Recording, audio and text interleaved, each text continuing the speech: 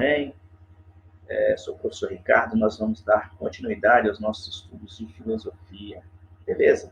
Pegue então aí seu livro, sétimo ano, a nossa aula de hoje, a galerinha aí do sétimo ano, pegue o livro de filosofia, nós vamos retomar o assunto que nós trabalhamos no primeiro capítulo desse livro, tudo bem? E no primeiro capítulo nós discutimos o seguinte tema: o viver bem para os cínicos e para Epicuro.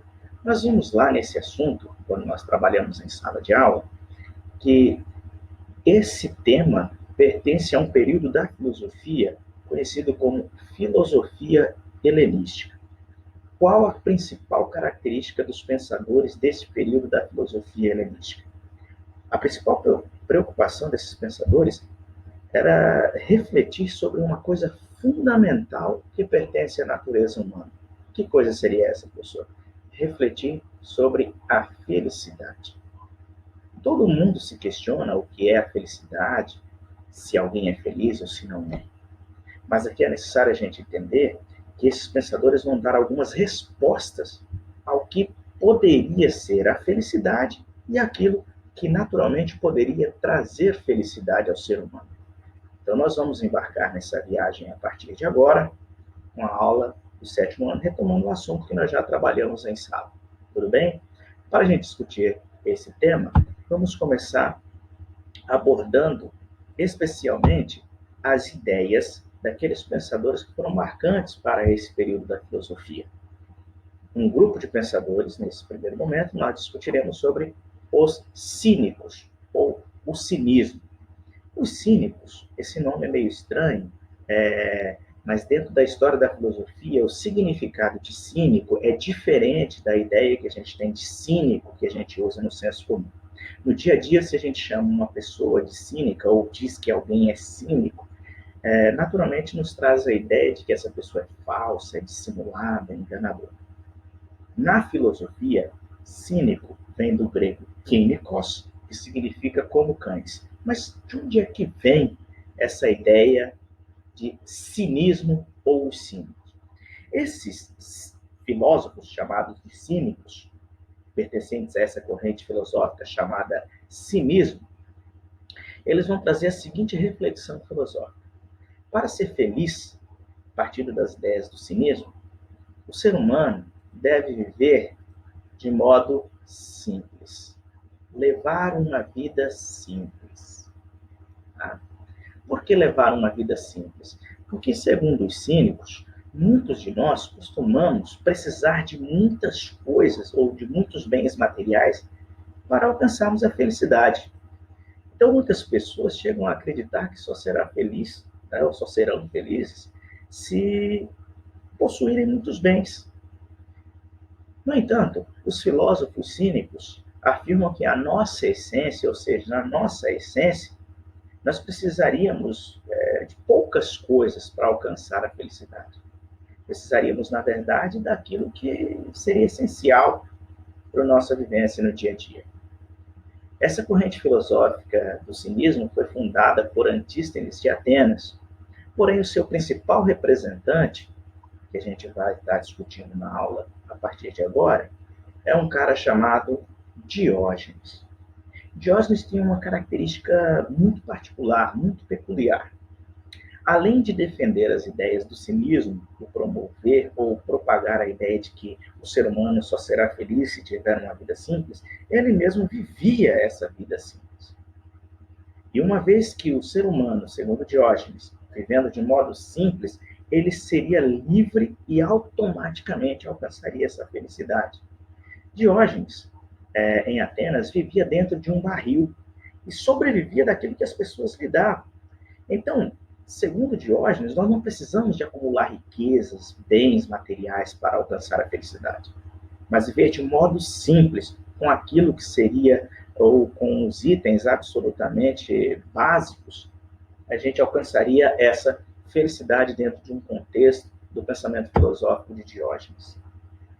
Esse filósofo, Diógenes, acreditava que o ser humano deveria viver, né, conforme a sua natureza.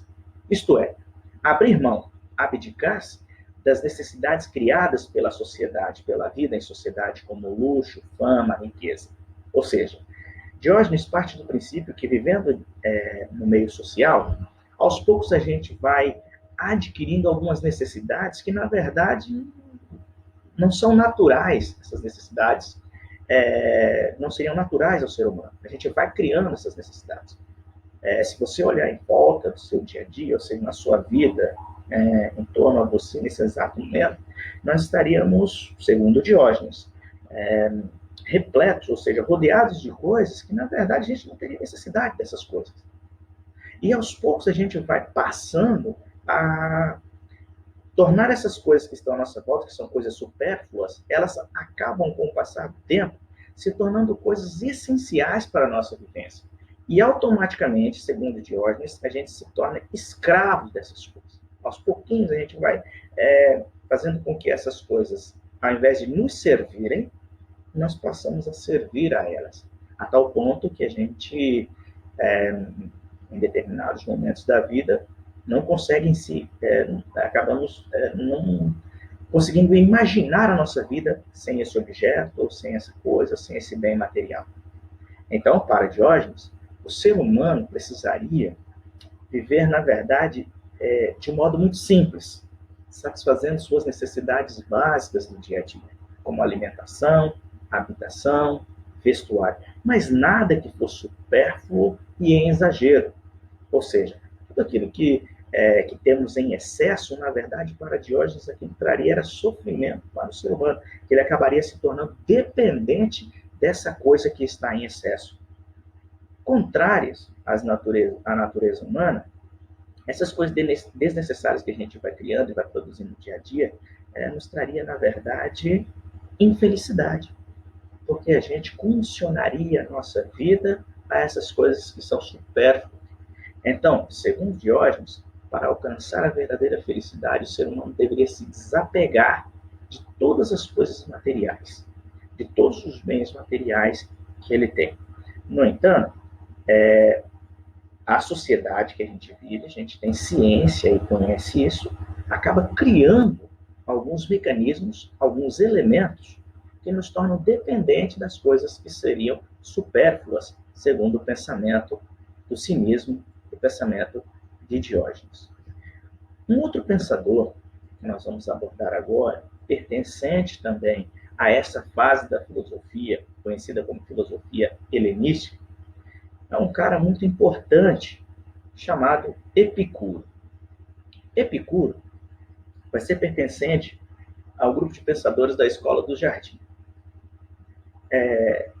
Ele funda essa escola e tinha como princípio e doutrina defender a ideia e provocar no ser humano a necessidade de tentar entender a diferença entre felicidade e prazer. Como assim, professor? Entender a diferença entre felicidade e prazer.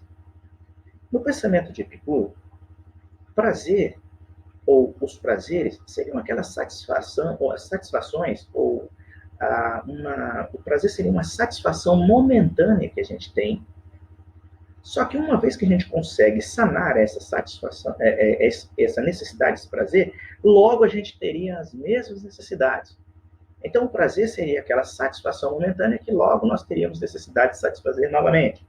E a felicidade seria um estado de espírito elevado que a gente prolongaria esse estado de satisfação espiritual por mais tempo na nossa vida. Diante dessa diferenciação, segundo Epicuro, seria então necessário que o ser humano fizesse uma diferenciação entre o quê? Entre os prazeres saudáveis e os prazeres que trariam prejuízo para a nossa vida. Então, para Epicuro, é necessário fazer a separação entre os prazeres que são saudáveis daqueles prazeres que nos prejudicariam no dia a dia. Uma vez que a gente conseguisse fazer essa diferenciação do que pode trazer tranquilidade, daquilo que pode provocar sofrimento, nós naturalmente conseguiríamos alcançar aquilo que a gente chama de felicidade.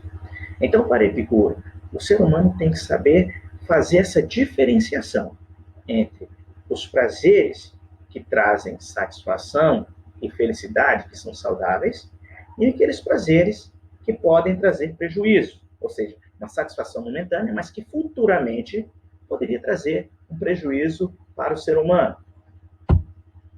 Como então fazer essa diferenciação? Primeiro passo: se eu consigo identificar o que é prazer e o que é felicidade, não bastaria para Epicuro somente a gente fazer essa diferenciação.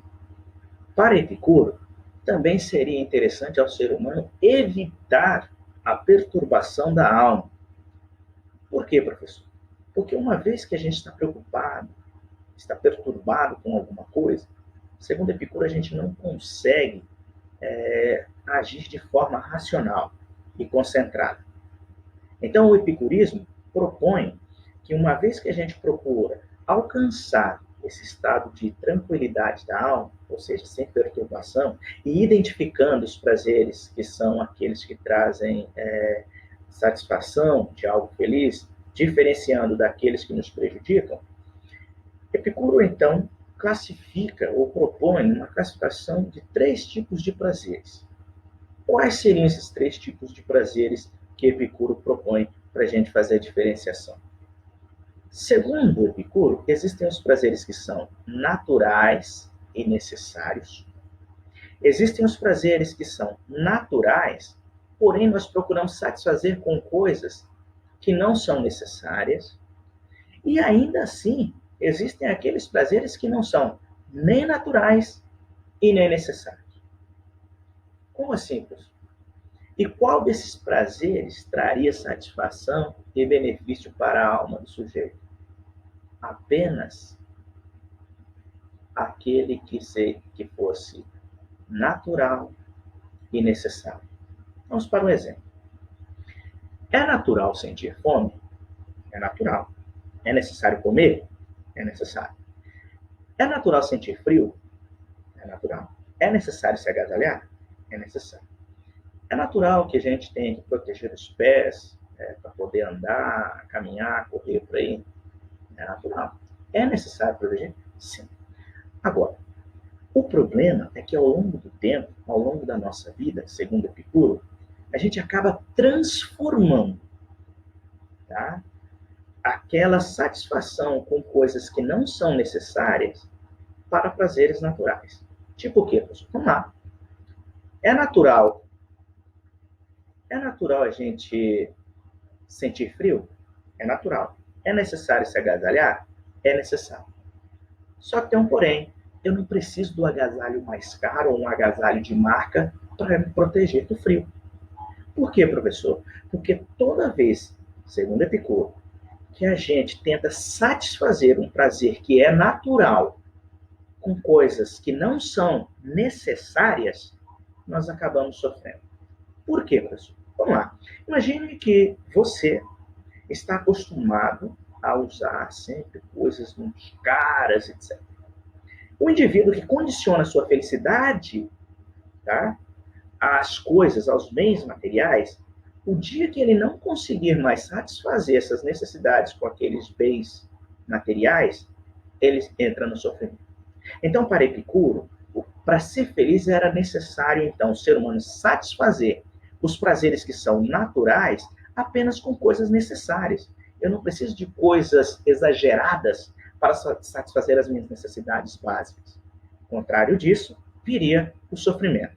Por quê, professor? Ora, eu posso usar qualquer um agasalho mais simples para me proteger do frio. O problema é que na sociedade a gente cria mecanismos para induzir o nosso raciocínio a dizer assim: eu tenho que comprar um agasalho de marca porque ele é melhor, ele protege mais, ele vai me dar mais conforto. Mas para Epicuro, isso não traria felicidade. Por outro lado, tem um terceiro momento aí relacionado aos prazeres, que não são nem naturais e nem necessários. Tipo o quê, professor? Fama, riqueza, honrarias. Vamos citar um exemplo. Se fosse natural ser famoso, todos nós seríamos famosos. Seria, então, parte da natureza humana ser famoso. No entanto, para Epicuro, isso foi criado pela sociedade e a gente acabou absorvendo isso a ponto de nos tornarmos escravos disso, e que se a gente não alcança essa fama, esse reconhecimento social por completo, a gente acaba sofrendo. Então, para os epicuristas, para o ser humano alcançar essa felicidade, ele deve satisfazer apenas aos prazeres que são naturais e necessários. Tudo que for além disso traria a infelicidade para o indivíduo. Tudo bem? Agora você pega seu material, pega seu livro, no final do capítulo 1 aí, retome as atividades que nós já fizemos em sala, beleza? Só para a gente resgatar o conteúdo já trabalhado até aqui. Tudo bem? Bons estudos, um forte abraço, foco e muita energia. A gente se encontra na nossa próxima aula, onde trabalharemos o assunto relacionado ao capítulo número 2. Forte abraço. Tchau.